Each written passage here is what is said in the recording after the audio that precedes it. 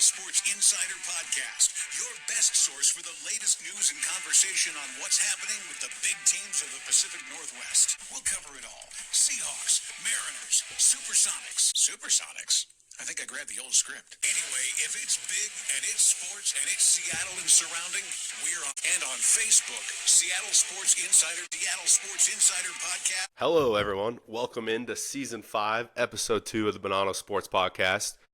We have a fun episode planned today. We're going to flip the script a little bit, and on this episode, our guest of honor is going to be none other than my co-host, the Hall of Famer, and most importantly, my dad. Because I'm excited for this one because I know the overall storyline on how you broke into sports with the Spokane Chiefs and the WHL, then became owner and GM of a junior hockey team, and worked your way up in the San Jose Sharks org.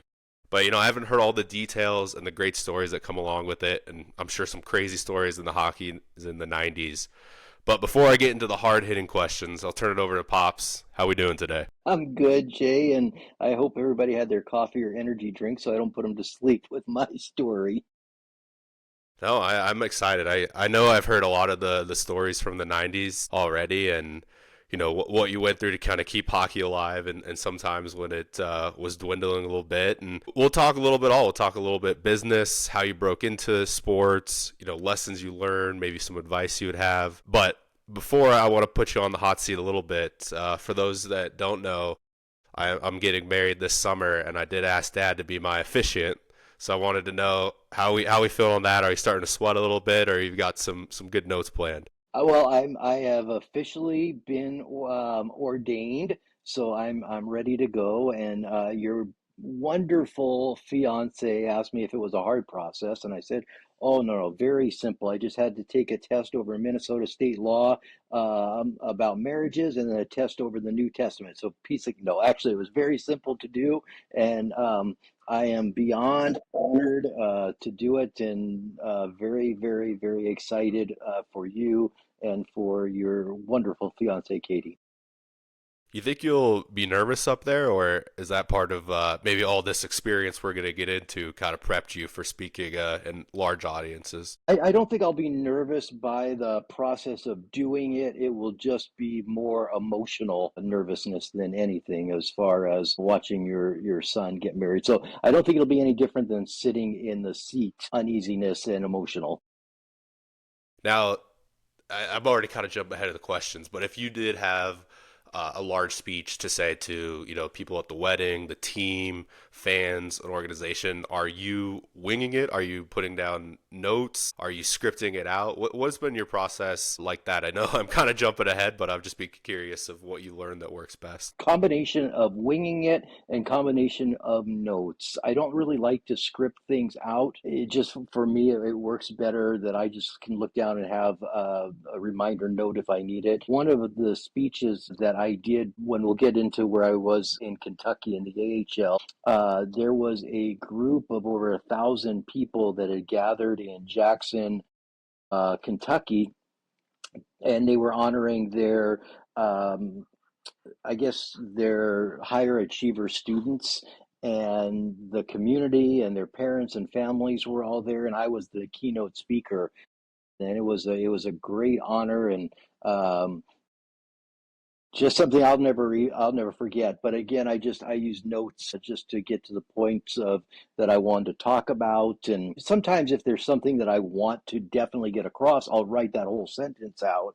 But otherwise, I'll just prepare myself where it's more notes that I can just look down and get a memory jolt. Yeah, I don't know how I missed that trait, because speaking in front of a crowd of 1,000 people would be more of an impractical joker's punishment for me than an honor. Let's start at the beginning here. Early on, as you're growing up, is something that you always knew that you wanted to work in sports?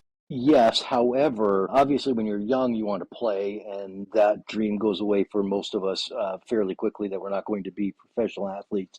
And then my thought and goal was going to be in broadcasting. I really wanted to be Dave Niehouse's eventual replacement as the play-by-play man for the Seattle Mariners. And it's actually broadcasting that got me into sports, and then I took a different path in once I was inside of sports.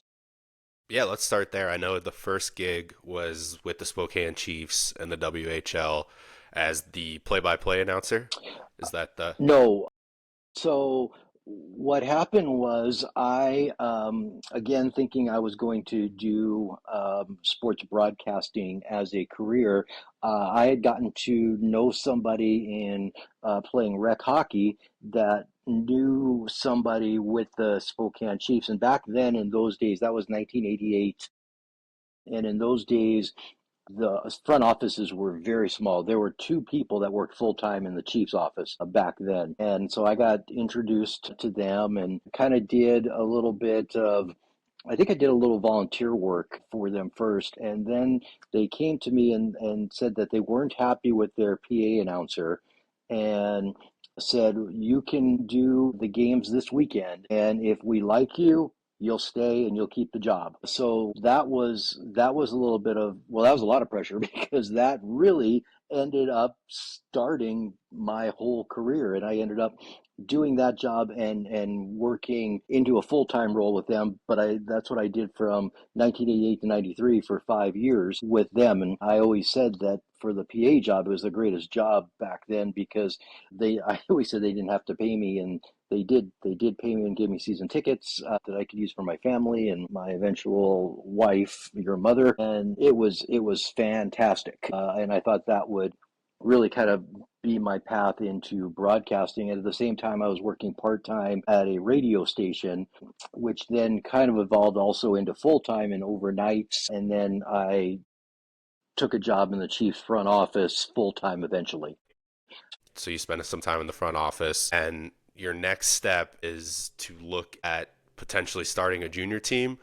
And how did that all come about? Is that something that you always wanted to, or you just saw an opportunity and decided to jump on it? So no, actually, so as I was working with the Chiefs and full time, I was also then working with the Spokane Braves. And for people down in Spokane, it's a step down from the Chiefs as far as the level. And I did their radio play by play, mainly for the home games. And I did do a playoff game from Nelson on the road where they lost 17-4. That wasn't a fun game to make a road debut, a playoff game.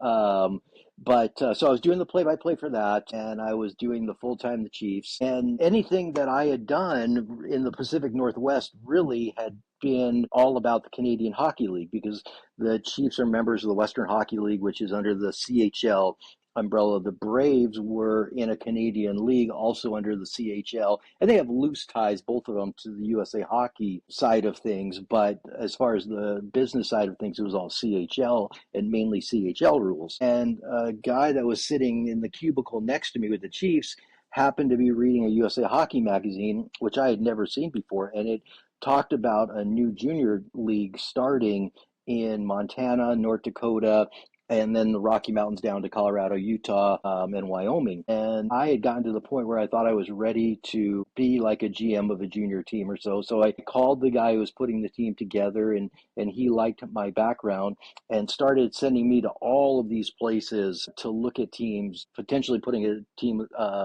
in these places. Was Butte, Montana, which I love the building there. The building was awesome, but they actually shut their building down from December to February as far as other events, and it's only basketball in there for December to February. So they said, well, you could come, but you have to play all your home games ending by December 1st and then starting up again in March when the season's over, to Jamestown, North Dakota, to other places. Aberdeen, South Dakota, I think I went to. So I was driving around putting all these miles on my car, and I left Jamestown, North Dakota, and called the guy from the league and said, hey, I'm going to be out because there's not a fit here.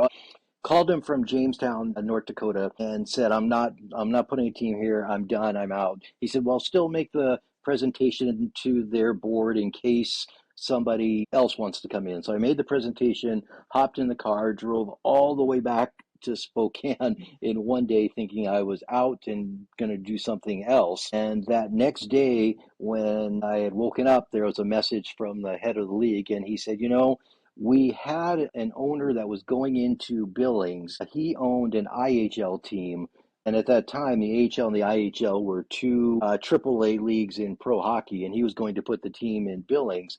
But his negotiations with the building, the Metra, fell through. Would you go to Billings and kind of pick up the ball? So the day after that, I turned around and went back to the Billings and started a conversation with their building people and kind of talked about, well, maybe we'll start by playing a few games here and we'll play in the small rink and work our way into the big rink eventually full time, knowing that we really wanted to be in the big rink full time, but we made a commitment to the community to go no matter what. And I think that the Metro people, the building people, were happy that we were making a commitment to go. Before, so I moved over there with my right hand man, Richard Dow, in June of 1993, and the season started in September of 1993. And from that time, between hiring a coach, actually I hired a coach in May, Bliss, and from May until September, we put the team together, worked out a deal that we got into the big building, the 9,000 seat building in Billings full time, and then got a team together and got our advertising, got everything, and got a team on the ice by September in a very rushed situation. But it worked out, and yeah, we were playing hockey, and I have the best of things to say about the Metra building manager who went to bat for us, and something that probably nobody really knows. Is that so there had been four teams that had failed in Billings before we had gone on, but there had been a 10-year gap without hockey there. And the Metro needed some sort of bond. So my dad just, he did this and didn't really ask him, didn't even really beg him to do it. I just was talking to him, and he put a letter of credit up on his house. At that time it was $80,000 that he made payable to the Metra, that if we defaulted they could come take his house. And it was awesome that he would do that. And we that then the Metra saw that how well we did, and we were a good organization, we were trustworthy, and they didn't need that after the first season anymore. Yeah, and I'll skip ahead, just paint the picture for some people who don't know. It was very successful in Billings, set league attendance records. I think it was 3 championships. So in the end, it all worked out. Obviously, there was probably some learning curves at the beginning, and you try to carbon copy what you learned from the Chiefs and put that team together. So I think as a player, I would have the question, assembling the roster. How did that start, especially starting from scratch, almost, an expansion team? And then could you just talk about, roster development? And I think that'd be pretty interesting for me to hear more about. Yeah, so the coach that we hired, Bliss Littler, he was an assistant coach in the Saskatchewan Junior Hockey League, a Junior A league in Saskatchewan, but he was in Minot, North Dakota. So he kind of focused his area of North Dakota for recruiting. And then we did our first major tryout camp in Spokane and brought in a lot of kids from the Northwest. That's kind of where there were some major hiccups with, because our league president had told us that you could have Canadian players, that the league would allow Canadian players. And so we recruited a bunch of lower BC kids to come and play. But what we didn't know at the time, we didn't know that USA Hockey controlled the rules a lot more than your individual leagues did.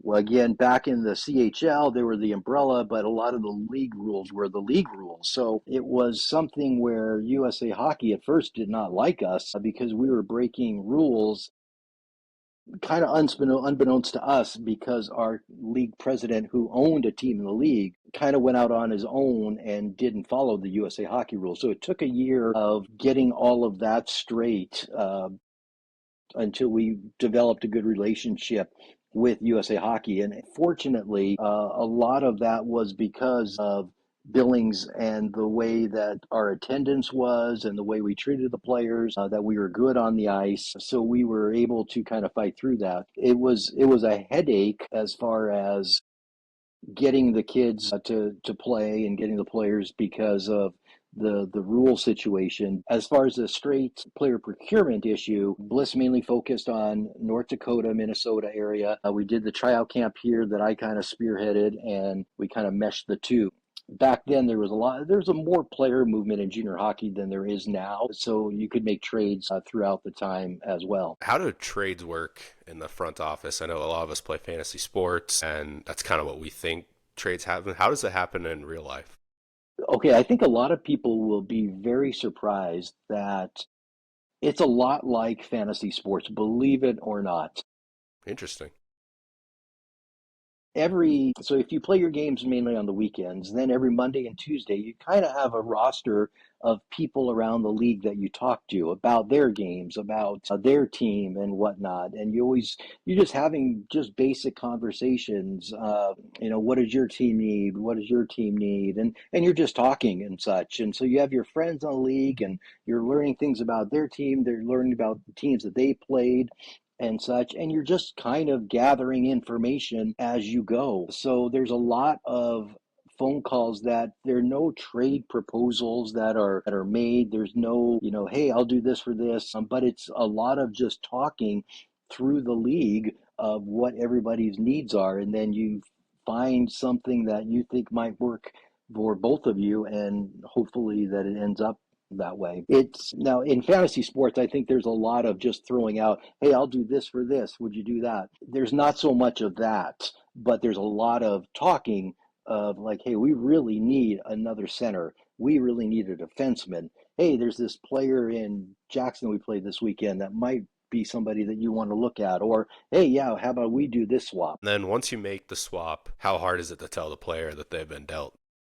For the most part, it's awful. Sometimes it's okay because the player may be going to a situation that is better for them as far as playing time, but knowing the fact that it's still going to uproot their life. One of the first major trade that we had made, we were going into Christmas break the first year, and we were pretty happy with our centers, but we needed probably one more defenseman. And there had been a lot of talk between Casper and us, Casper, another team in the league at the time, and just maybe making a deal and whatnot. And then over the Christmas break, we had worked out that we were going to trade our second line center for probably their number one or two defenseman at that time. And so we let the kids go home. Everybody goes home for Christmas break. We let the players go home for Christmas break. They come back, and then that first day, we tell that center that we're trading him to Casper. And it was the hardest thing that I've ever sat through because the player literally sat in the office and cried for a half hour straight. It got to the point It's where tough. the coach looked at me,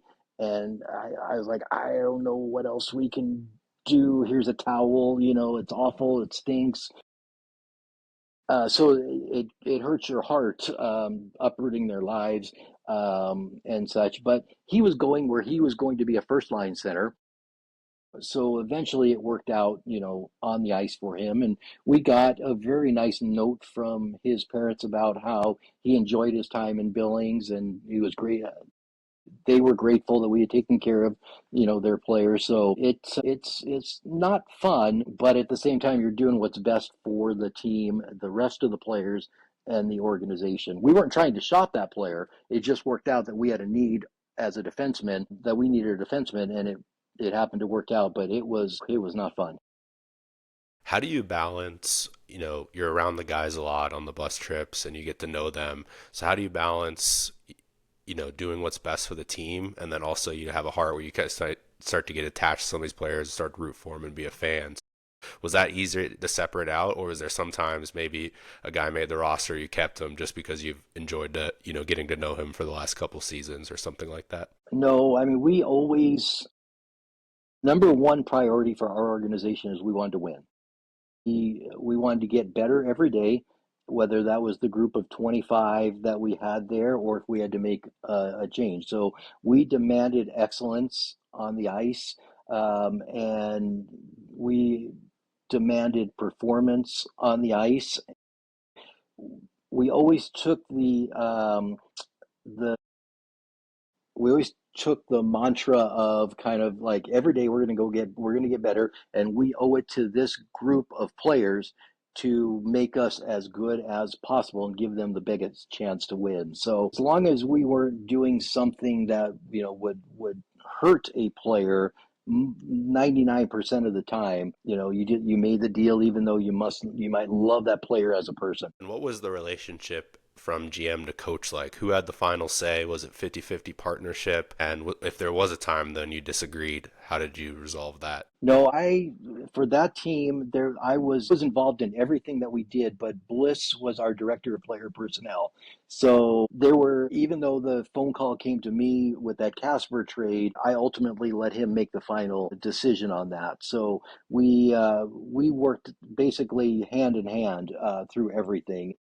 And the reason that I would always want to be involved, obviously, it was, our team and such, but I never had any of this fear with our coach that we had, but you don't want to make sure that a coach isn't looking to load up his roster with all players that are going to be in their final year of eligibility and then move on, leaving you with nothing the following year. I didn't have that concern at all, but that's always in the back of your mind of something that why you need to make sure that you have ultimate final say, even if the coach has the final say, if that makes sense. Yeah, that's a good point.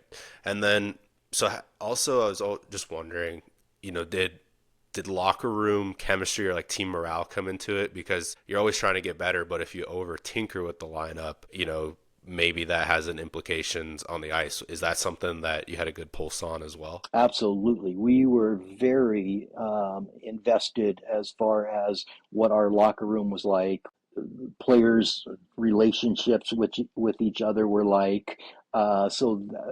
It may not be where we kept a player because we liked him, but it may be we got this trade offer for a player, but he was way too important for our team.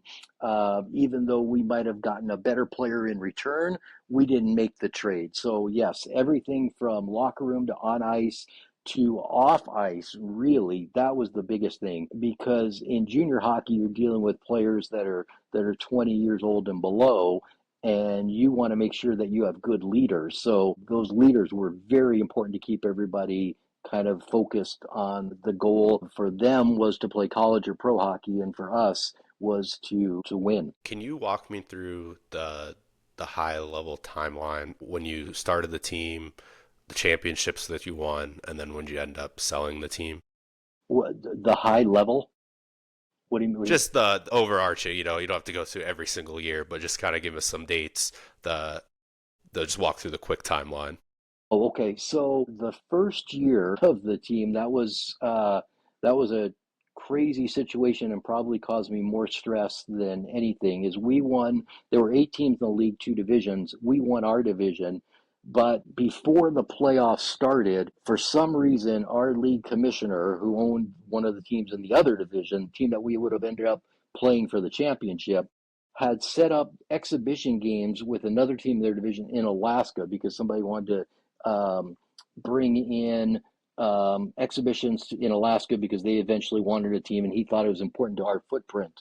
Well, from the time that they brought that up, we were in a 9,000 seat building that wasn't a sole ice rink. A lot of these other places were in much smaller ice rinks that they could just schedule ice and play the championship game a week later. We couldn't do that because when the ice was out of the Metro, it was out of the Metro for that summer. They were booked with everything from veterinary conferences to rodeos to basketball. Well, some are into basketball, not so much, but maybe wrestling, high school sports, maybe, or anything like that they had. So when we lost the ice, it couldn't go back in the spring. Plus, it cost them thousands of dollars to put the ice back in. So they decide to play this exhibition. We have no ice. So they're like, well, you play all 7 games of the championship down here. I was like, absolutely not. We're not doing that. So we actually gave it to the vote of our players and said, what do we do? And our goalie, one of the leaders of the team, said right on there, F them. We're done.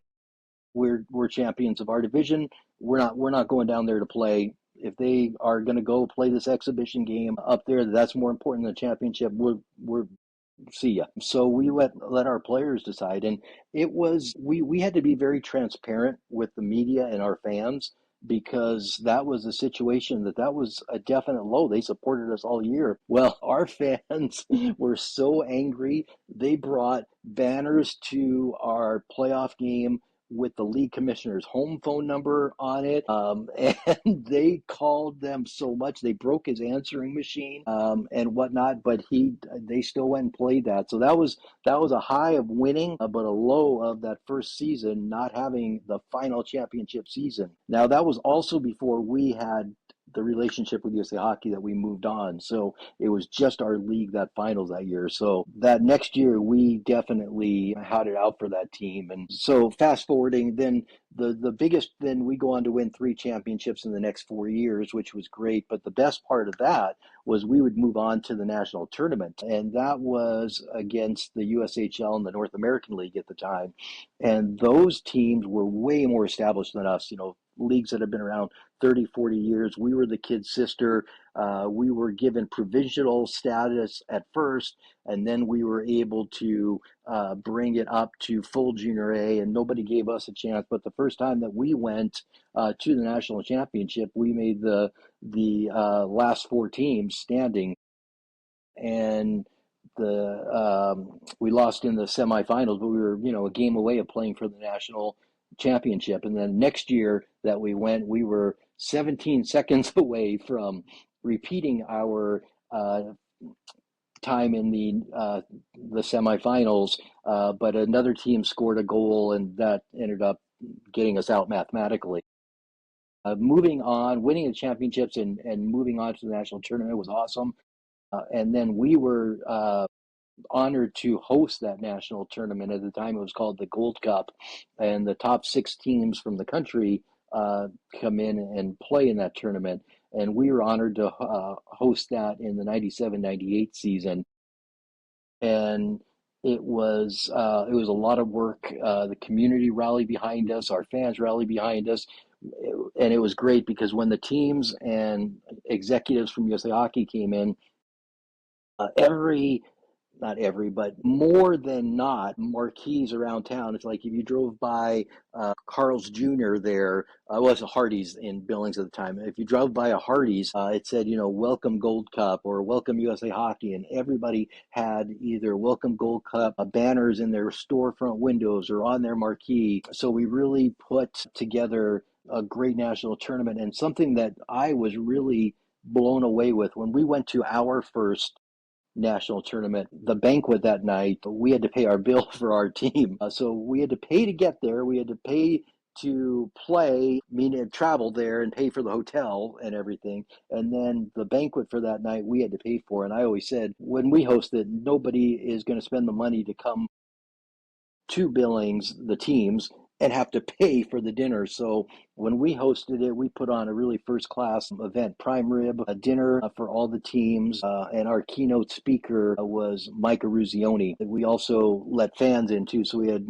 several hundred people there that night, and it was awesome to listen to Micah Ruzioni speak to the players and the fans about his time on the 1980 Miracle on Ice team, and him scoring that big goal against the Russians and winning the gold medal. He was the captain of that team, if that name doesn't ring a bell for anybody. But yeah, they made a whole movie basically about that team, and it was great to listen to. And we thought we had a team that definitely could compete for the national championship. And then talk about the highs and the lows.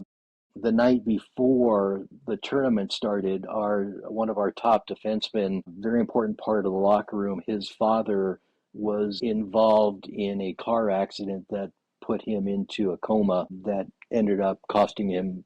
He never regained. Eventually, he passed on from that. And then we played the eventual national championship, the Des Moines Buccaneers, in the first game, and we came out flying, and we were leading after the first period. But in that first period, our top offensive player suffered a concussion, and losing 2 of our top players, plus the emotions of going through his father in that accident was too much for our team to overcome, and we didn't win the national championship. Was a bummer, but it was a great experience. Was the Metro rocking for those games It for was. It the was home team? rocking. It was rocking. It was a lot of fun. It was, yeah, it was a really cool thing. And what was cool about it too was it was just about the hockey. We were very big on promotions. We were very big on making the experience really, really key for our fans. But that was just about hockey, which was pretty neat. Yeah, how nervous would you get before these games watching the team? Terribly nervous. Yeah, terribly nervous. I would, yeah, I did a lot of pacing, and it's hard. I always say it's a lot harder when you don't have control over something to watch it. But yeah, I would get very, very nervous. In fact, on home games, I would have to leave the office in the afternoon and go home for a while just because I would drive our staff crazy, going nuts. And kind of one of the superstitions that I had, I always had a lucky suit that I hung on the back of my office door. And if it was a big game and I didn't have the lucky suit on and things weren't going well, I would go change during the game or between periods to put on the lucky suit. And you can't overdo it because then it doesn't work, but it worked. Bliss had his lucky tie, which was actually mine. On a road trip, I had to lend him a tie one time, and that became his lucky tie. And I had a lucky suit on the back of our door. You didn't go full Billy Bean and work out and not watch the games. If we had had a weight room in Metro, I would have probably worked out before the games or even between periods for sure. I would hide a lot. I would go back to the office between periods, or I would go up to, we owned a couple of luxury boxes, and if we weren't renting them out or putting VIPs in there, I'd kind of go up hide it there a lot just to, you know, kind of be by myself and be able to watch. Yeah, I've noticed as a player, last couple minutes of the game or a big game, you don't really get nervous. To your point, you can kind of control it. But watching that Kraken playoff run, those last 2 minutes were just agony. It was so hard. It was so nerve wracking. It's a different experience playing the games versus watching. And even So coaching, just coaching your teams and the high school team that I did. When you're involved in the game, it's easier than just watching as a spectator. So obviously there was a lot of success in Billings. Was there any, I don't know, I wouldn't call them failures, but maybe like lessons that you learned, or there was some times that, the team wasn't doing well and then you had to go through that period, which was a little bit different to use success. I'm sure there was, it wasn't always smooth sailing. So was there any tough times? Well, there were tough times, and it got to the point where by default, I ended up having to run a lot of the league into from year three on, basically because the guy who had started, he had sold the team, it had moved, some commissioners had come and gone, and just little things like at the time it was before people had cell phones all the time, and we were running a first class operation, which meant we had to make sure that our newspaper in town had the scores from around the league every game. Excuse me. And there were other people that were running it more like a youth hockey all-star team. They didn't see the importance of the media relations. We had to take it upon ourselves to set up like a score phone and mandate that every team call every period and leave their score on the score phone. But that took some time. A lot of times we were chasing scores down at the end just to get them to our media because we wanted to make sure our media had the right standings all the time. So that was a little bit of a head pounder against the wall, was getting the standard to be raised to where we were, what I had learned from Spokane, rather than, hey, this is an all-star team, it's a youth hockey team type of a deal. So we wanted to make sure that there were no games missed, that there were no media things that got out of control, anything like that. And financially, it got to the point too, that first year, the second year, I think, or third year, where we were actually having to fund some of the other teams to make sure they got in to play our games. We'd have 3,000-4,000 tickets sold. There's no way that we were saying, well, their bus broke down or they couldn't get Hmm. here for money reasons. So there were some times that we had to do that we had to do that. And it got to the point where I ended up having to spend so much time on the league that between Robin, my wife, your mom, Richard, and Bliss, they had to run mainly our team, and our staff like had to make appointments to even get in to see me because I was so focused on the other teams around the league and making sure that the games happened, making sure that if something came up from USA Hockey that I was on top of it. And so this is kind of my final question, and I'll leave it more of as an open-ended question. If you had any just fun stories or, good stories that you want to tell from your time in Billings days, I think that'd be cool to hear. Well, I'm sure there's a lot. If yeah, you can there's narrow down some of the best I'll give ones. you three of them that were kind of hair raising. Three quick ones. So the first year, there were two Russian teams that made a pass through the USHL and through part of our league. I don't think it was all of our league. And it was a November games, and they were exhibition games, but they were two traveling teams from Russia. And at that point, they were. It wasn't like now the travel between Russia and the US, players were still defecting in the early 90s and such. So we're playing the first Russian team and we actually win in overtime. And we had the biggest crowd of the year to that point, and that was going crazy. And then the second team, they came in pretty ticked off. And then the book on them was to hit them. Well, the game got kind of rough and they weren't very happy, and they said they were just late in the second period and they were just going to walk off and leave the ice and not finish the game because they were not happy. So and then our player were saying that, hey, they're not getting off the ice. So I was like, oh my gosh. So I'm down in the last row of the stands talking to their coach in English because I didn't speak Russian, basically imploring him to finish the game because I did not want an international incident created of them walking off the ice and then that getting around the USHL and everything, that we didn't host them very well or and such, or B, having our players try to stop them or getting mad, and I could just see a bench clearing brawl starting and the game ending that way. So my there are 2 points of negotiation that I was proud of in Billings. One was to get in the Metro because the newspaper wrote an article of how hard that was. And number two was getting them to finish the game that time. And we did finish the game. They beat us, which I didn't even care about at that point. I was just happy that we got off without anybody being arrested, that we didn't have diplomats from the US and Russia flying to Billings to talk to me. So that was hair raising. And then the second story of Billings, we were honored. Gordie Howe was on his 65th birthday tour, and we were the only team in our league, and maybe I can't think of another team, maybe in the US, even in the US juniors, that he stopped at as part of his tour. And he actually went in our locker room and met with the guys and skated warm-ups with our team. And That's cool. for our younger people that don't know Gordie Howe, think Wayne Gretzky before Wayne Gretzky, but his hat trick, a Gordie Howe hat trick, was a goal, an assist, and a fight in a game. And he was probably arguably the best player in hockey up until Gretzky, and then you could still say they were different players. So we were so honored to have him, and he skated warm up with our team. Well, anyone who has played any level of hockey knows that in warm-ups, the one place you don't skate is behind the net, and especially as players are firing slap shots and whatnot.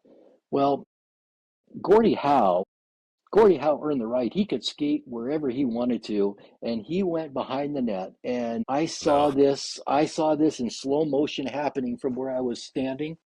One of our players was winding up and letting a slap shot go, and Gordie was going behind the net, and the puck was going, and it still to this day is in slow motion in my mind. And he was going without a helmet because he never wore a helmet back in his day. So he's behind the net without a helmet, and now I'm thinking, oh my gosh, we are killing Gordie Howe. Here's another international incident that's about to happen. Fortunately, by the grace of God, the puck missed the back of his head by just the slightest of margin. Somehow he didn't even see it. He didn't even know what happened. That was the fastest that I had ever run in my life. And I immediately told our players that they were not taking any more slap shots in warm-ups and whatnot. But that was, oh my gosh, that was the scariest 2 seconds. But to my mind, it was 2 minutes because Yeah, that puck just missed the goalie, it missed the net, and it just, I think it probably took hair off the back of his head. It was that close to hitting was him. that close. Oh my Billings gosh. Bulls kill legend Gordie Howe. Yes. Don't they say any publicity in business is good They publicity? do say that, and I would venture to say that both of those stories would not have been good business. And then the third real quick story is that, okay, you worry about as a team, you worry about marketing, you worry about ticket sales, you worry about on ice, you worry about player personnel, you worry about employee relations. You have all these things that you're worrying about when you're running a business. We almost didn't get to come home from Bismarck, North Dakota one time because of a cat.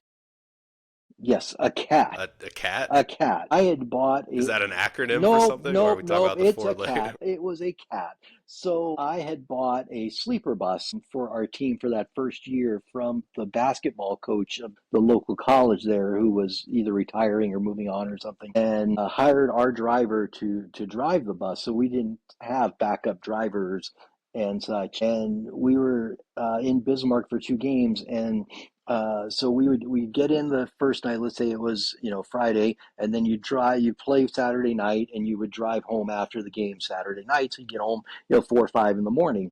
Well, that that afternoon, our bus driver tells me, he goes, I'm not going to be able to drive you home. I'm too upset. He's crying. I'm too emotional.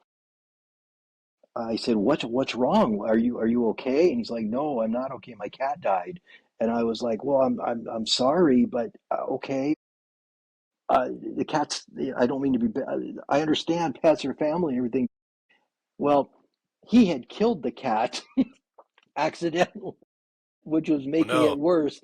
Well, he had sat in his recliner, leaned back in his recliner, not knowing the cat was in there for warmth, I guess, maybe, or a place to sleep. And I don't even know how he did it, but he hurt the cat. And it was before that we had gone, and the cat was at Hmm. the vet and in the hospital, apparently. And the cat passed away when we were there. And he told me he was too emotional to get us home. And I was like, oh, I have no idea what we're going to do because we have to check out of the hotel. We have to get back, and so a cat almost did not get us home. Fortunately,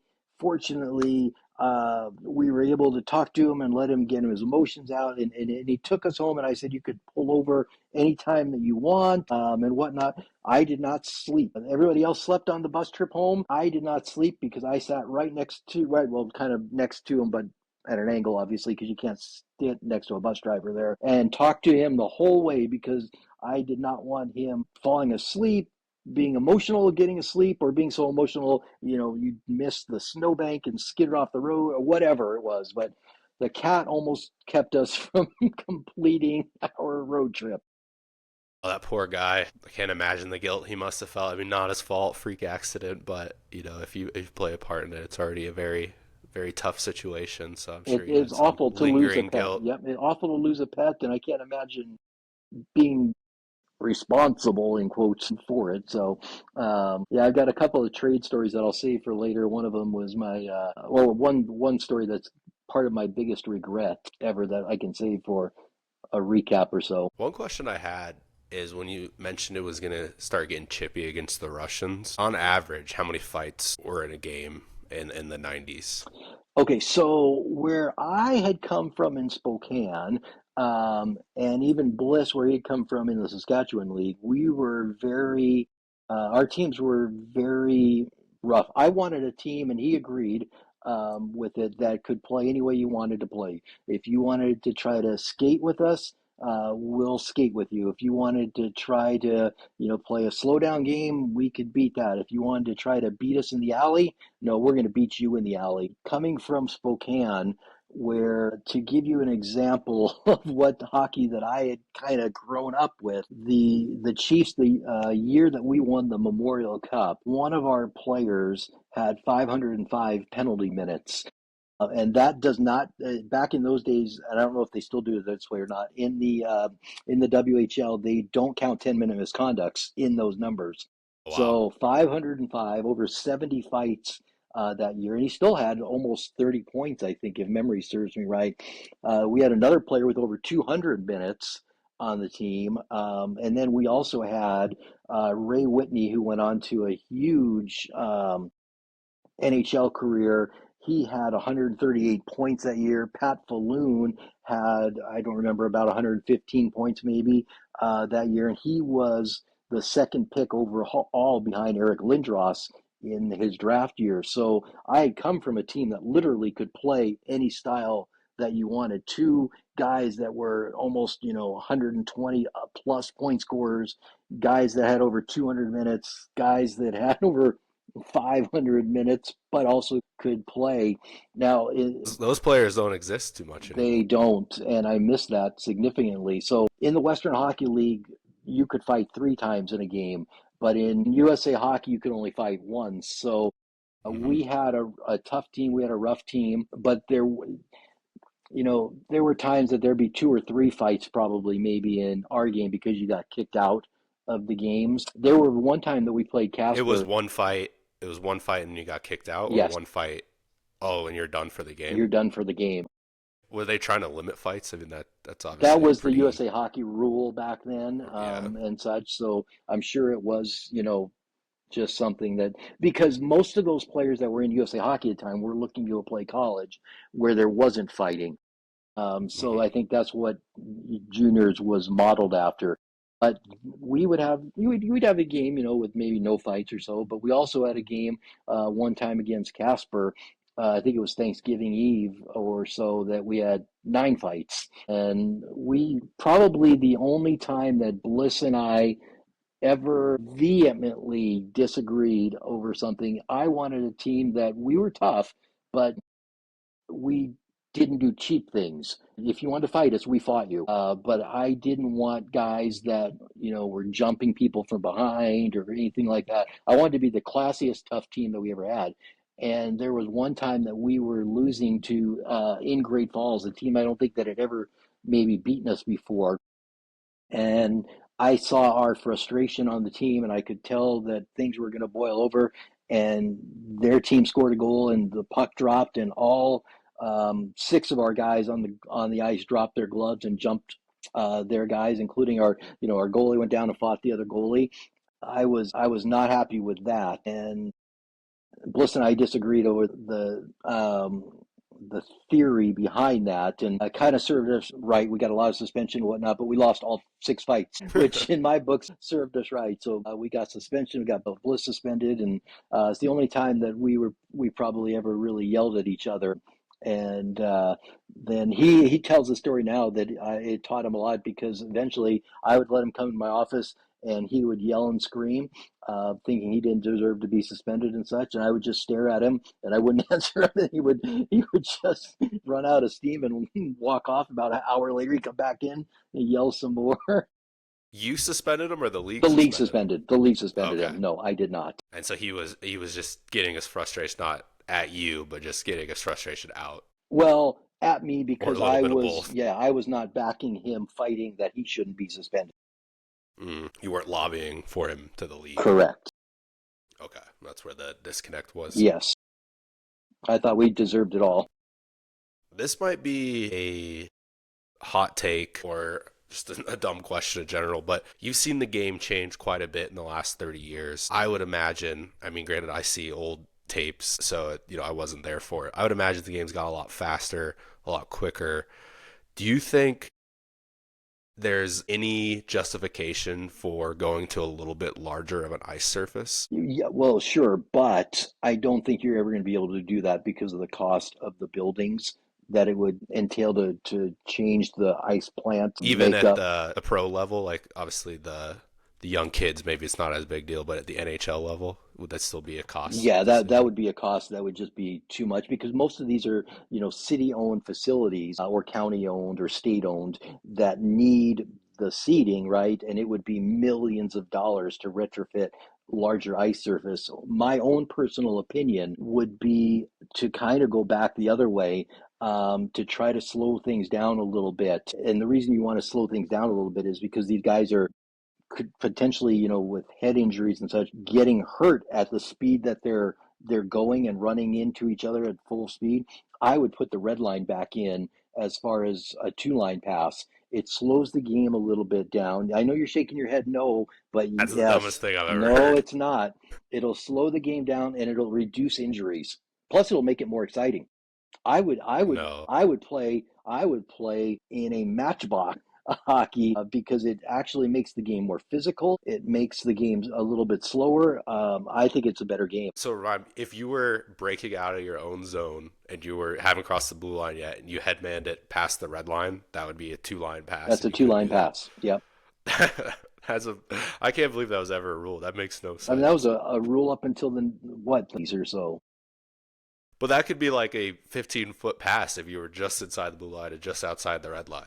Yep. I don't agree with that one. Yeah, it makes so much more sense. It slows the game down. I think the only way you could slow the game down is bring back that quasi interference where you kind of dump the puck in and you still finish the check or get in the way. Now you have to let those players go, and maybe that's a way to bring that back. The reason I ask is my buddy gave me his corporate seats to the Avs game, and we got to sit third row, and you really appreciate how fast and big those guys are. There is no room on the ice. It is crazy what they can do with that limited space, and even sitting lower bowl, it still doesn't. You don't fully appreciate it until I got that close, and I was like, wow, there is not a lot of room. So that's why I was curious. Is I'm sure you've seen the game speed up quite a bit in the last 30 years. Yeah, and like I said, I think it's gotten so fast that the injuries are potentially, career-ending to head injuries. And so, yes, I would like to see the interference be brought back in there. And my philosophy of taking the red line back into account puts that interference back in naturally. I would quit hockey. I mean, granted, it's men's league, but so there's a little bit more cherry picking. But if you had to focus on a two-line pass, I don't have the mental ability to do that. That seems like chaos. You're trying to worry about a million things. You can't be worried about like where the pass comes from. Well, you'd be surprised how easy it is. I mean, everybody grew up with it for 100 years that way. Okay, let's move on. So you sell the team at Billings and you head to Louisiana. I don't know much about your time in Louisiana. Was that the East Coast? No, it was at the time it was the Western Professional Hockey League, and it was actually started by a guy who was Bliss's coach in college, Rick Kozabak, and he was the Tri-City Americans coach in the Western Hockey League when I was with Spokane. Okay. And that's how the connection started, and that's what brought you down to, or brought us down to Louisiana. Yes, brought People us. always ask, why did I move around so much? Now I was not a Army brat, but a hockey brat, where we constantly moved around for hockey. So that's where I've ended up in all these different states. Yeah, so we didn't get into Billings to look at it as an investment to sell at all, but I saw the writing on the wall that the league wasn't stable. The teams in the league weren't stable enough to compete at the level of where the expenses were going. And fortunately, at that time, another team had come into the league in Bozeman that was doing very well attendance wise, and they were also a nationally that they were getting a good reputation. They had a nice, beautiful building, about 3,500 seats or so, and they were doing very well on attendance. So that made it a little more attractive to somebody coming in who thought, well, they could keep the league going if need be, or they could take it and maybe play in a different league when there are two teams. Well, unfortunately, going forward, that team was maybe making money in Bozeman, but they owned the building, and the building was losing money where it's now a warehouse for like a beer distributor or something. So that didn't work out. So seeing all that, we sold the team. And so as I was selling it, speaking with Rick Kozabak, he had me go meet some people that were potentially putting a team in Beaumont, Texas. And so there was the same ownership group that was in Lake Charles, Louisiana. So I go down there and meet with them, and they call me back and they say, we've decided to let our GM go here in Lake Charles. Would you be interested in coming down here to Lake Charles for that job. And so there were a couple more trips going down and such. And on our last trip down to look at the place and look at the building and such, I took Robin with me, and they hadn't called yet to tell us when we were going to meet or whatnot. So I left the room to go get a newspaper and said, if they call, just find out what they want me to do. And I get back and she goes, as soon as you left, of course, they called right then. I said, okay, what do they want? He said, well, Robin said, he said to meet him at whatever time it was. And I said, okay. She goes, I think I may be supposedly um, have to come too. And I said, oh, okay. Did he say for you to come? She goes, well, not exactly. And I said, well, what do you mean? And she said, well, he said, why don't you all come here at 1 o'clock or whatever? So she goes, I think that means I'm supposed to go to. So we both went at 1 o'clock, and it did mean that he had his wife there to show Robin around town and take her to lunch and such. But we did learn that y'all can be one person too. So it was a 50-50 crapshoot for us when we went down there. So yeah, going down. And it was it was like double A baseball would be probably the level when you're looking at it, is the level that they wanted it to be at and such. So we were down there for a year. That's a big decision to move the family from the PNW all the way down to the southern Louisiana. So did that weigh a factor in the decision, or just thought it was a good opportunity to kind of move away from your hometown? Yeah, we never really thought about the culture change of going down there or anything. We just, yeah, it's hockey. So we were going to hockey, and um, you know Robin was good with wherever we were going. At that point, she had worked when we were in Billings. He had worked where I would work during the day. I would come home and we'd have all dinner together. And then I would have you guys as kids. I would take care of you guys as kids, get you to bed. And she'd go in because she did all of our season tickets and she did our merchandise. So she was a big part of it. And she would work in the evenings. And going down there, she'd be able to just stay at home more with the kids. So she was okay to go wherever.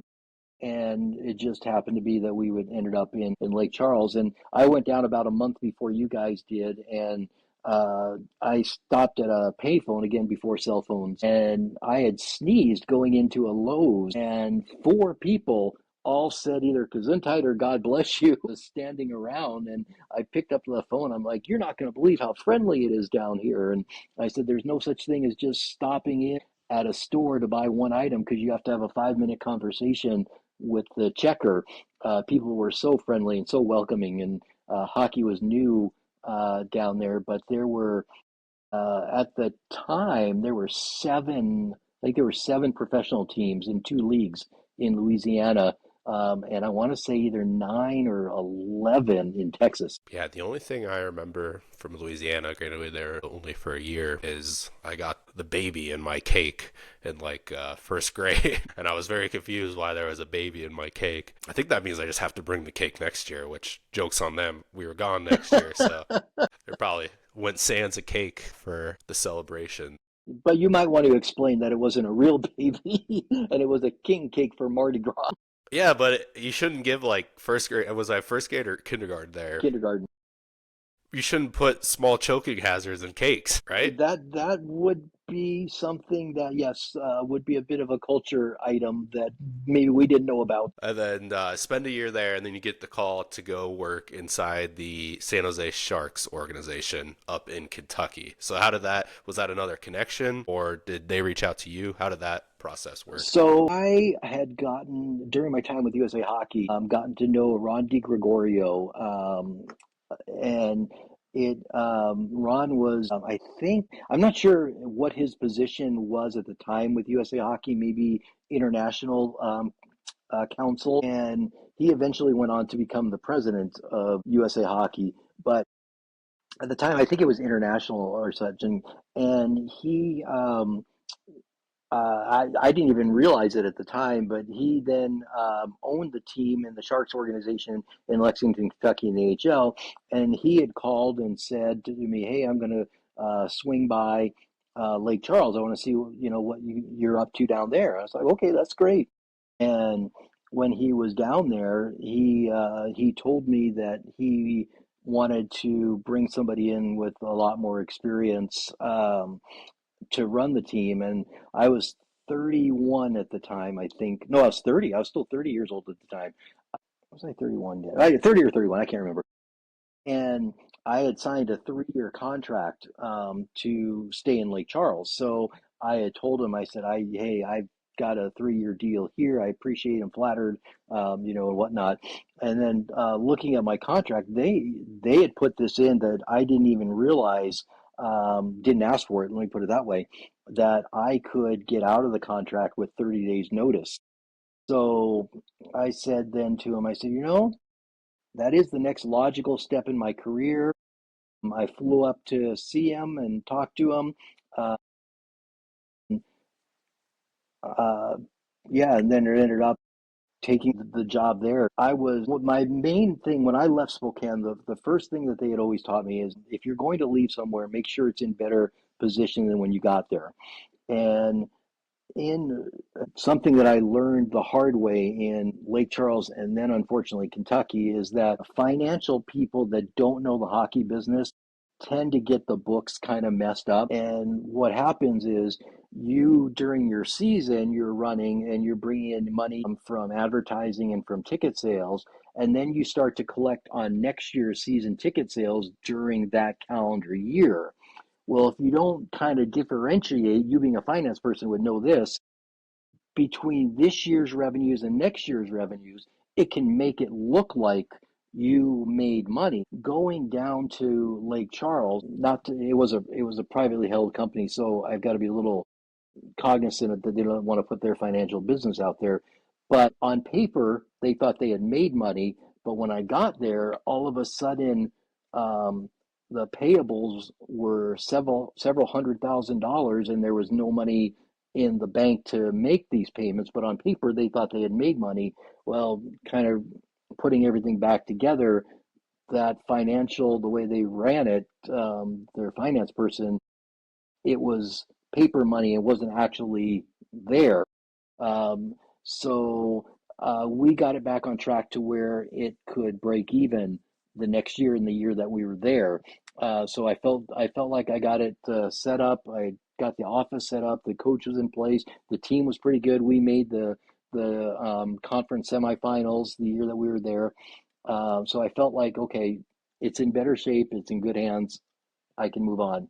And then that's what made me, yeah, decide to move up to the AHL. And then at 30 or 31, I was pretty excited that I was the guy that was going to run the day to day of an AHL team, where the next step for these guys was the National Hockey League. Yeah, that's cool. And then I'm just trying to put it in perspective. Take the AHL job at 30. That means, during your Billings days, your young 20s, which is pretty crazy. Especially in my experience, I wasn't up to too much in my young 20s, and you were running a whole organization. So that's pretty cool to think about. So you move into this AHL role, and I'm assuming it's more front office based now because you're probably partnering with the Sharks, but you're probably not making coaching decisions at this level, right? It's going to still be the little bit the higher ups. So is your role more now financial, running the budget, advertising, people management? Is that the new role now? Exactly. So the Sharks basically would drop their team into Kentucky. And so the coaches were paid by the Sharks. The person that kind of oversaw the coaches was paid by the Sharks. So it was a little bit different from that aspect for me. And it was a bit of a learning curve to not have the game per se be as important on my list of things that I was responsible for. So that was kind of a learning curve, and it made me kind of appreciate juniors a little bit more. Stating that if I ever wanted to do something again, if I was going to run an NHL team, I was going to want to be the main guy where the coach answered to the president of the team or whatnot, or I wanted to go back to juniors and own the team. Still, I learned a lot though. Again, in the AHL, sadly, unfortunately, they had run into the exact same financial situation where their finance people had kind of screwed the books up as well. They thought they were okay losing a little bit of money each year because they thought they'd make it up on the back end when they sold the team. But it got to the point where they lost a lot more than it looked like on paper, again, because the money coming in was not allocated correctly on the reports. And then how much interaction did you have with the Sharks front office? Not too much when they didn't own the team. At the Makes end, sense. yeah, at the end, they decided to buy the team. And then they were in a situation where they were deciding whether they were going to keep the team in Lexington or they were going to move it to Cleveland because they had a relationship with the building people, and the Gund family had owned the I can't remember back in the day they owned there was a relationship between Cleveland and the Sharks front office. I don't remember the exact relationship. So that's why they had an in to move it to Cleveland. But an IHL team had just failed in Cleveland miserably, and didn't think it was going to be very successful in Cleveland. So we were hoping that they would keep it for another year in Lexington, and we'd have a chance to kind of start fresh and rebuild this thing up. But the Sharks hated the lease so much in Lexington that they eventually decided to move it to Cleveland, and it didn't last there And very then long at all. I remember there were some great players coming through. I mean, I Oh was a little yeah. bit older. Wasn't like Mika Kiprusoff, and then we had another goalie that was pretty cool, Our pretty goalies were good. really good. Yeah, Johan Yeah. Hedberg was our goalie. Mika Kiprusoff, who went on to a long NHL career, was an all-star with us. Yeah, we had some really good players, the players that were on their way up, and we had an NHL veteran, Mike Craig, who had been in the NHL for a long time. That was like the captain of the team, kind of a good work ethic that the younger guys could follow. So it was an interesting situation with the players because you had some guys, the younger guys that were happy to be there, like they would want to do anything in the community, they'd want to get out. And some of the players that thought they should be in the NHL someplace were mad to be there. So Hmm. it's a meshing that the locker room. It's a different dynamic that I learned and got to watch and see how that all was handled. So then, as you're working your way up, you lose a little bit of control, right? And then you kind of repivot and you focus on leadership and management. So did you have to really help develop those skills? And more time to develop those skills as well because you weren't as focused on the on ice product and the coaching decisions or the roster decisions.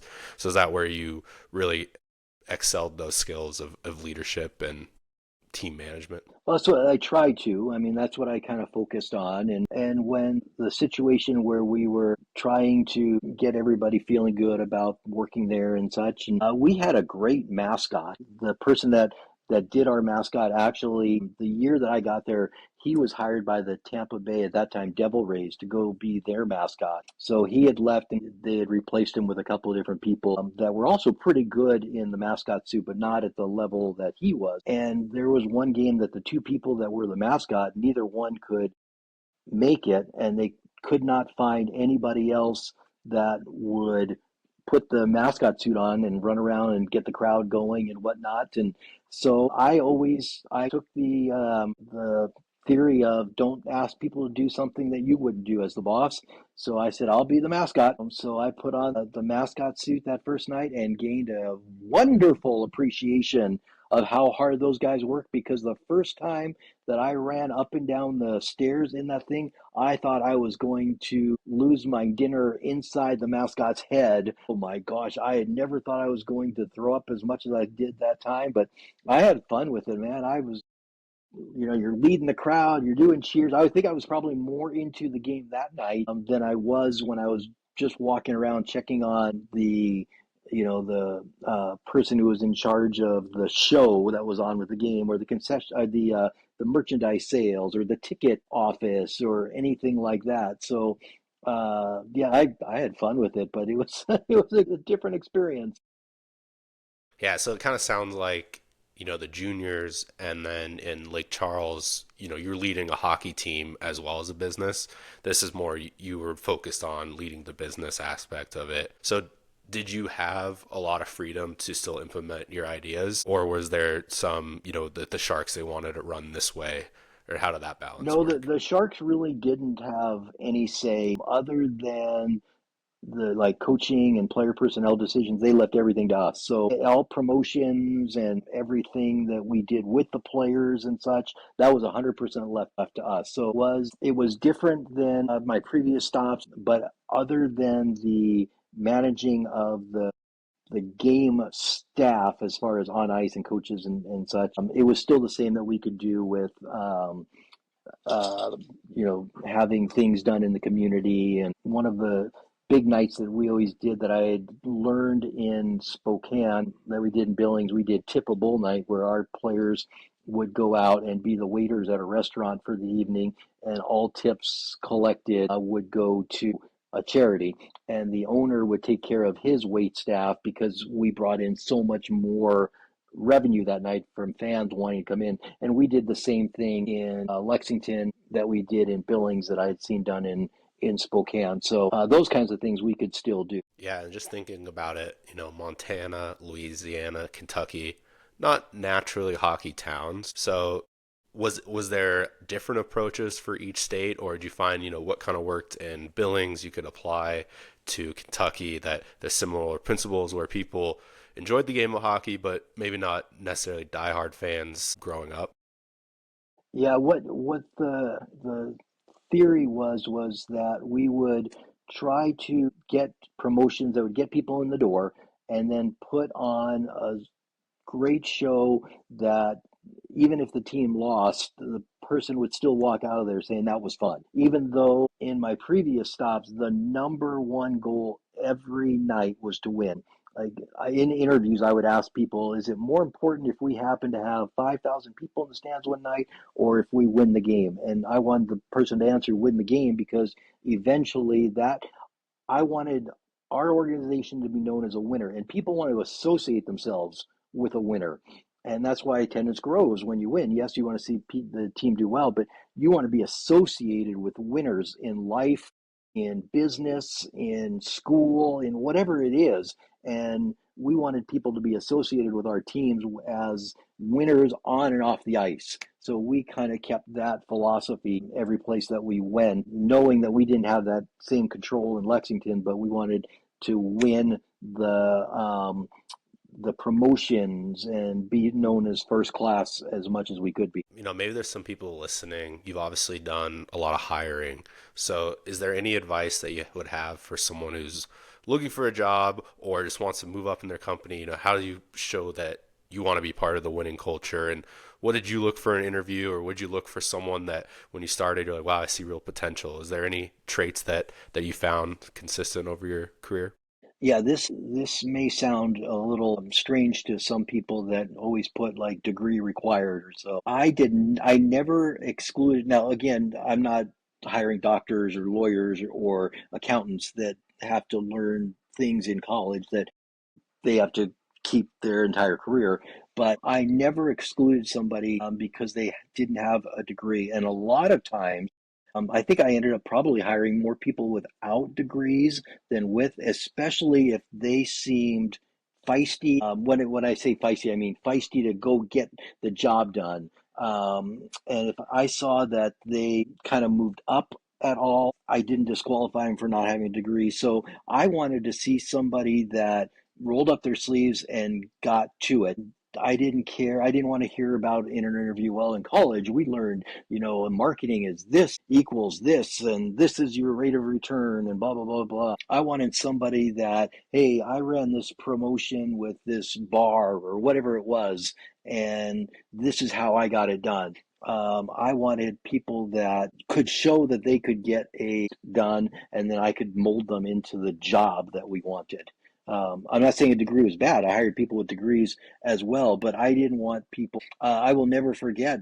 There's one person came in Lake Charles and sat there and just talked to me about his degree, about his accomplishments academically in college, and just on and on about what his degree and blah blah blah, and his master's and this and this and this. And I wanted to hear more about, okay, tell me when you got your sleeves rolled up and did something. And him coming in, sitting down for that interview, thought he had the job based on the degrees on paper.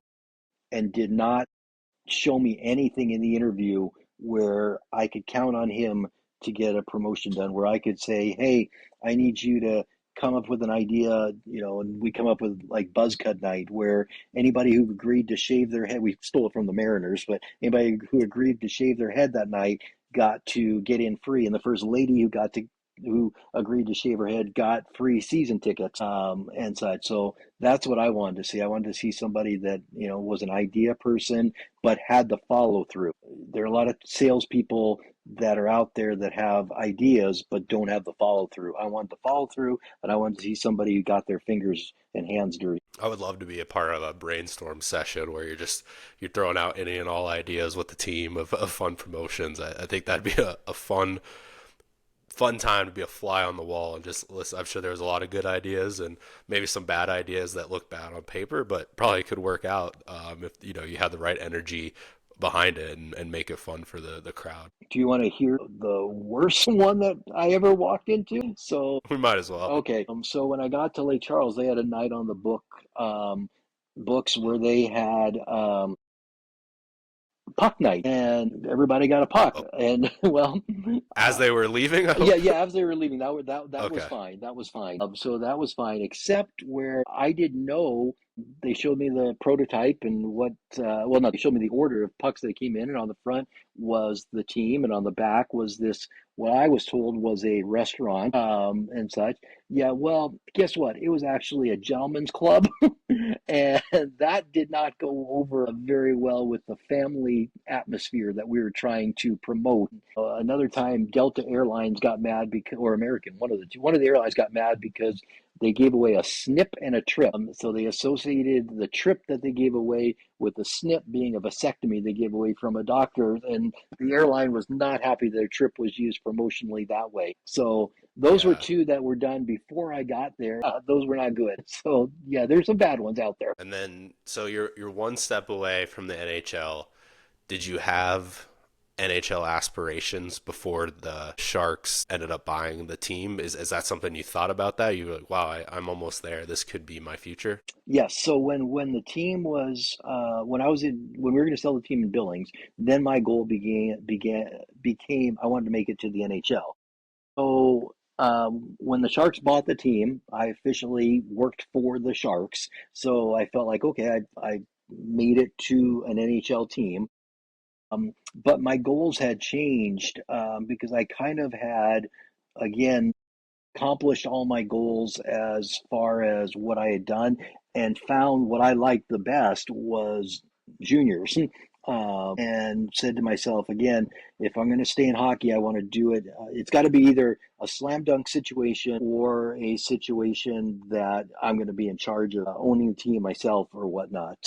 But by that time, so when the Sharks decided to move to Cleveland, I did have a whole bunch of different job offers, and would still get called every year going forward. But you and your sister were in school.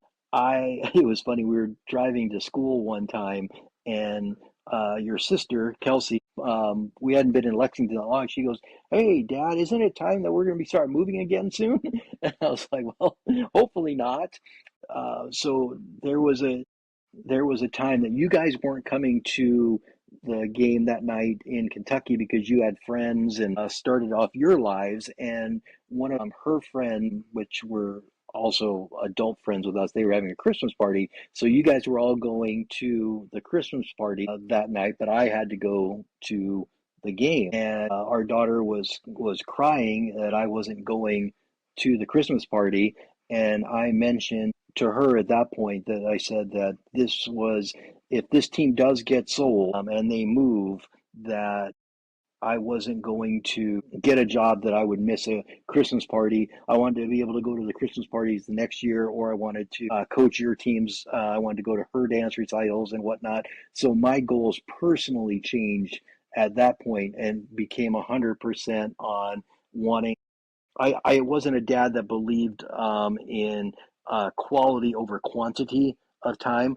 I wanted to be there involved in your lives going forward. So I said if the team did sell, or did move once the Sharks got him at that point, that I would do something else so that I could be a full-time dad. Yeah, I think that's the hard part working in sports. You're giving up a lot of Friday, Saturday nights, and you're probably missing a lot of recitals and little league games. So that I'm sure that was a tough decision to, I don't know if it was let go of your dreams, but maybe just dreams change. Yeah, and it was hard not knowing because I went from somebody who I went up and met in the governor's office in Montana with the governor, the lieutenant governor, and the president of the Calgary Flame one night to then being out of hockey and that all changing the dynamics of that. So professionally, I kind of like, well, I don't exactly know who I am anymore. So that was that. But when you and your sister were around, though, it didn't bother me because we would play,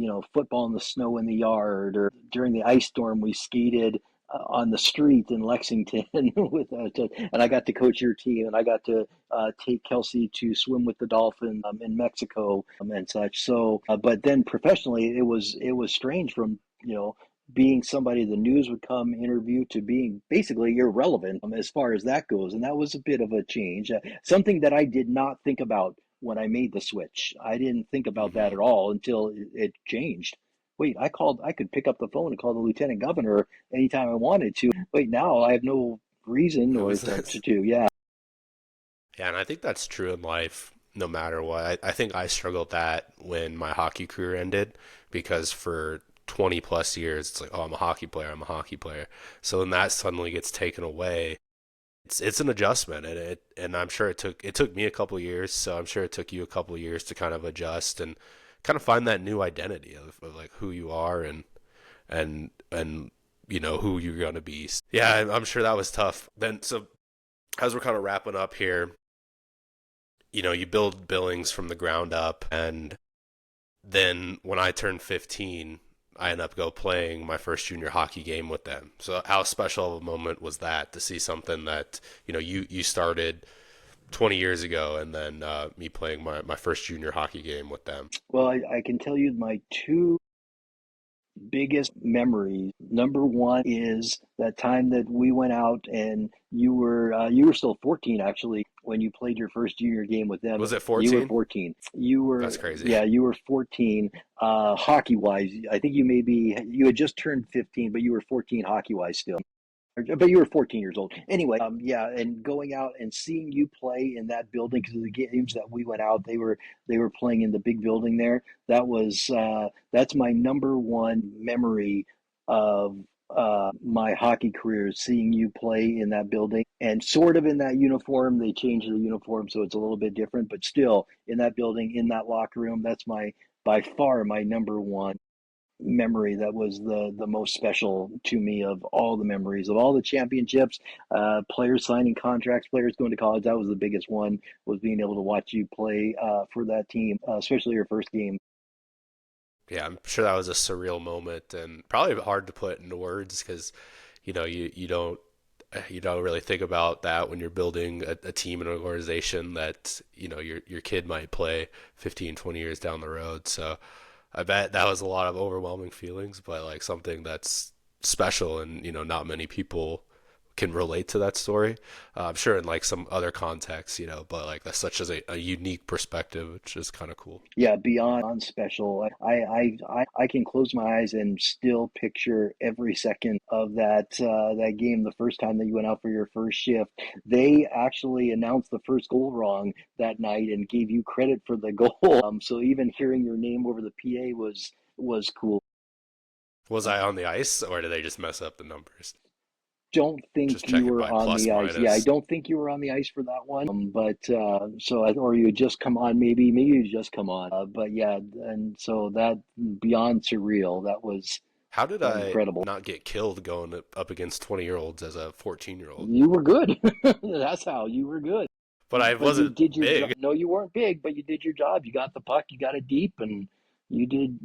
Yeah, I can't believe that. It just feels like just from a body perspective, and I was not a early developer. I was always a small kid, so I'm sure 14 going against like 20-year-olds that I'm just like thinking of. The 20-year-olds back then were Probably pretty big. Well, you said that the rest of the players were after the game. They're like, "Have they offered you a contract yet?" And you're like, "No, I'm not. I'm not staying this year. I'm just here for these 3 games." And then the next year is when you actually went full time to there. But the players thought you were good enough to stay right then at 14.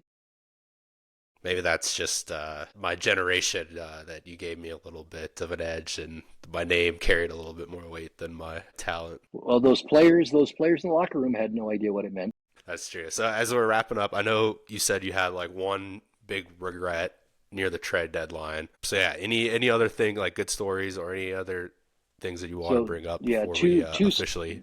sorry, 2 stories. One, my biggest regret was a trade deadline story where we were in need of more goaltending. Our goaltending was just okay, but we had a chance to. It was the year that we were going on again for our second trip, I think, to the national tournament. At the trade deadline, we really wanted to get a goalie, and it didn't look like we were going to get one. And we made a trade and brought in a goaltender that was very good from another team in the league. It was very good, but then everything flipped like 24 hours later, pretty much the day of the deadline, where we were then almost like surprised. Something worked out that we didn't think was going to work out, and we ended up bringing in a goaltender from the Western Hockey League from Red Deer. The team was in Red Deer at the time. They moved, I think. No, they're still there. Anyway, that we were getting that and brought him in and ended up like, so we had no room for this goaltender that we just traded from. And you go back to the locker room question, was that goaltender that we brought in better than the goalie that we had for the last year and a half? Probably a little bit better, but in the locker room, it would have been way more disruptive to get rid of the goaltender that we had the whole time. So we bring in this other player, and then we ended up trading the player that we had just gotten after playing 1 game with us. We traded him to the USHL, where he just became a third goaltender, unfortunately. It wasn't a way that we wanted to treat players. It wasn't something that we would normally do.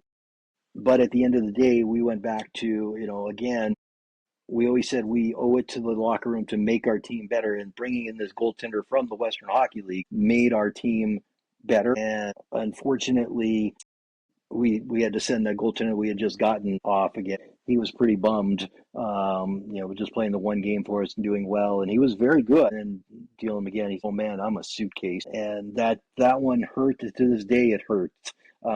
It worked out on the ice. We ended up winning our first game ever at nationals, and even though we didn't make the Final Four that year, but it worked out where we won the league and went to nationals. And he played the goaltender that we got from Red Deer, played really well. But as treating a person, that was something that I still feel bad about to him. And it wasn't a situation where we could really look ourselves in the mirror and say, well, we moved him to a better situation. It was late in the year, he didn't really have a great time to get acclimated to his new team to where he could step in and make a difference going to a whole new league. So he really didn't Mhm. play much. So that was my biggest regret. And then my other positive, second biggest memory I have besides you playing in that building was back when I was with Spokane. The country had just gone to war with Iraq to get Iraq out of Kuwait, the first Gulf War, and it was the first time that the country had gone to war since Vietnam. So there's a lot of nervousness in the country anytime you go to war, plus coming off the bad Vietnam memory. And there was a huge grassroots effort in the country to not take out the anger on the troops. Everybody wanted to support the troops, even if they didn't support the war, which didn't happen back in the Vietnam era. Those troops would come home and face people, calling them baby killers and such. Um, the week that we went to war, that weekend we played home games in Spokane, and we brought out from the Fairchild Air Force Base in Spokane. We brought out a color guard to present the flag and march the color guard out to center ice and then sing the national anthem. Well, as they were bringing the flag out in the color guard, we played "God Bless the USA" by Lee Greenwood, and I still get choked up about this. Every single person in that building stood up and gave the flag a standing ovation as it came in. And with that song going, it's something that I will never forget the feeling. It transcended hockey.